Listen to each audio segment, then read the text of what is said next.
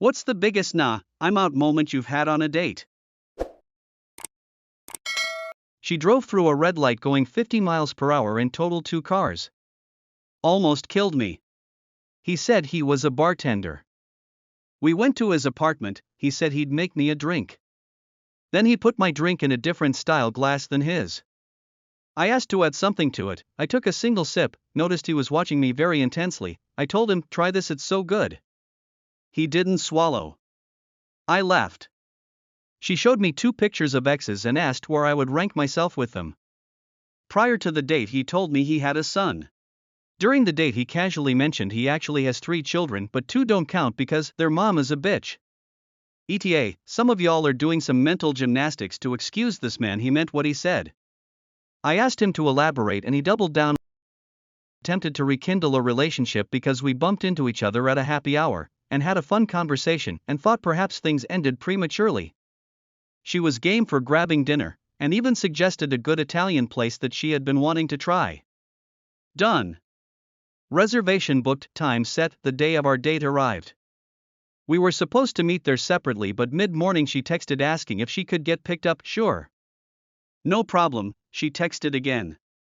This time asking if we could change the reservation time to an hour later in the evening. Okay, I'll see what I can do. Done. Another text. This time asking about possibly going to a different restaurant because one of her girlfriends suggested a better spot. I actually reserved a table that said better spot at the later time and everything. Oh. But then I found out that she didn't want the later time at the better spot. She wanted to go back to the original time.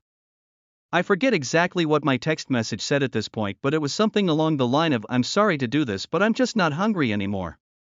It was a blind date. Surprise! 2 of her friends just happened to show up. She invited them to join us without even asking me.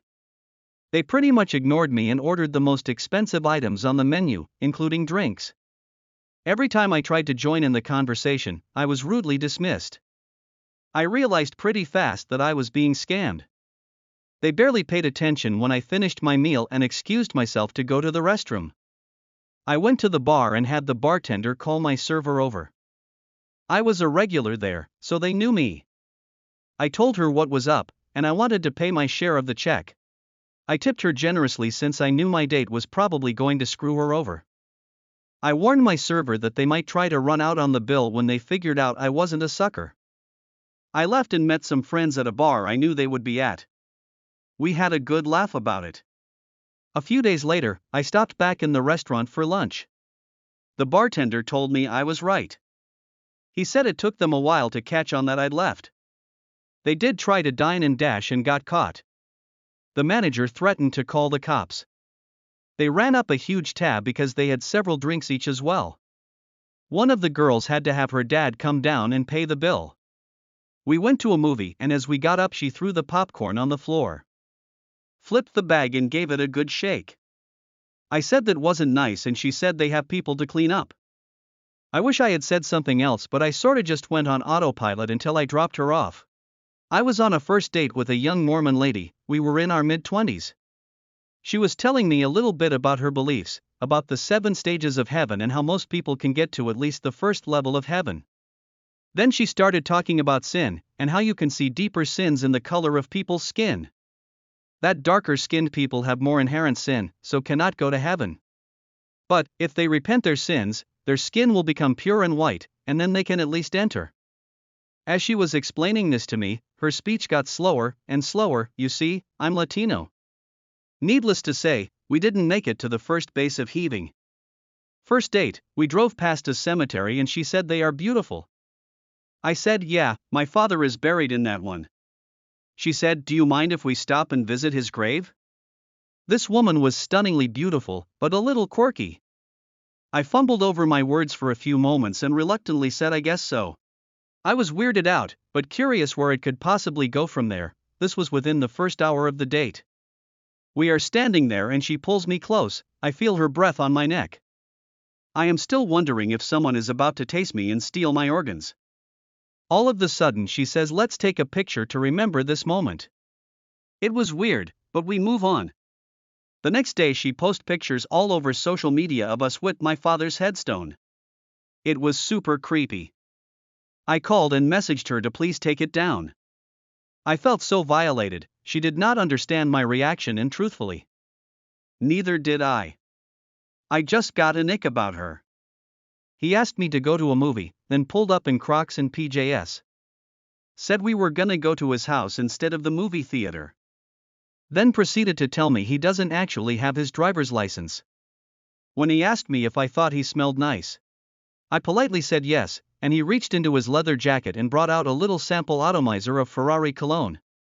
He proudly presented it to me, saying I could keep it as a memento of our date and him. In the right way, it could be rather kitschy and cute, but this guy was fully into himself all night, and this was the cherry on top. He was shocked when I didn't want to go home with him that night, ha ha ha. He asked me how many other guys I was talking to, and when I said no one else, he said fine, lie to me if you want, I'm talking to 7 other girls. It's kind of a slow week for me because it's usually like 15 to 20 inch lol. I laughed because I thought he was joking, and that pissed him off even more. He told me he could have anyone he wanted, and he left. Online dating will change you. I have stories where I noped in person, but the wildest by a mile was when I figured out the full name of who I was chatting with and did a Google search. The top result was a news story about how she cheated on her BF while he was in their house, a confrontation ensued, and said BF was killed by her new lover, their friend. Funniest part, we matched online only 7 months after the published article. So when I was 21 years old, we went to the movies for our first date. We were watching The Hobbit, Desolation of Smaug. Everything was great until about an HR into the movie, he started rubbing my belly. I was plus sized, so I had a little stomach, like I was a freaking Buddha, or a magic lamp, and he was wanting a genie to pop out to make 3 wishes for him. I asked him to stop and that it was weird, then about 15 minutes later he leaned over and said, I can't wait to put a baby into your belly. I said, excuse me? We just met, and I don't know anything about you. I got up and left the theater without him. There were just too many red flags that were too creepy for my liking. A few years later, a new friend ended up going on a few dates with the same guy. He ended up putting a tracker on her car and stalking her. I'm glad I followed my instincts. I only met her a couple weeks after her mechanic found the tracker. When he told me his favorite book was Lolita, which he read every month. That and his marionette collection. Went on a dinner date at a guy's house.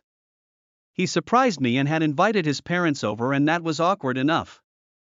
Then, in the middle of dinner, he got down on one knee and proposed. It was our first date.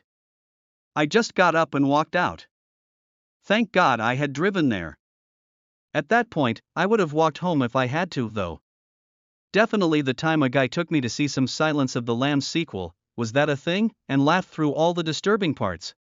Then he told me how he'd looked into hiring someone to kill his ex-girlfriend who'd cheated on him but decided against it because he didn't want to leave her sons without a mom. We were at the beach after the movie when he told me this, and then he followed up with, do you know the best way to hide a body?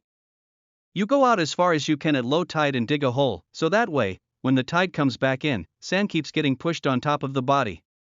He was dumb and this clearly wouldn't work, but the fact that he took pride in almost hiring a hitman and would brag about a stupid way to hide a body was like, oh, fuck, no. He was in the Navy, no more military for me, and shipped out the next day or the day after, so I never had to see him again. She was heart-stoppingly beautiful, and I had no chance, but you miss every shot you don't take. I invited her out for coffee, and I could see her realize, and then to my surprise, instead of gently turning me down, she countered with accompanying her to her book club. Holy shit, she didn't say no, and I love books too, this is perfect. When I showed up, they were unironically reading a Christian scientific refutation of evolution. She was so beautiful and kind, I sat and considered for a moment if I could deal with all the potential baggage that book suggested. Then I thanked her very kindly for inviting me and told her we could be friends, but it wasn't going to work out. He revealed to me, hadn't bothered to mention before we'd met up, that he had 2 children by 2 different women. Also lied about his height, by a lot. Edit, forgot to mention that he referred to his children as accidents. After introducing herself, she immediately said that she was boring, didn't get out much, and speaks fluent sarcasm. She then said she works too much and doesn't have much time to devote to a relationship. I was livid at the person who set us up.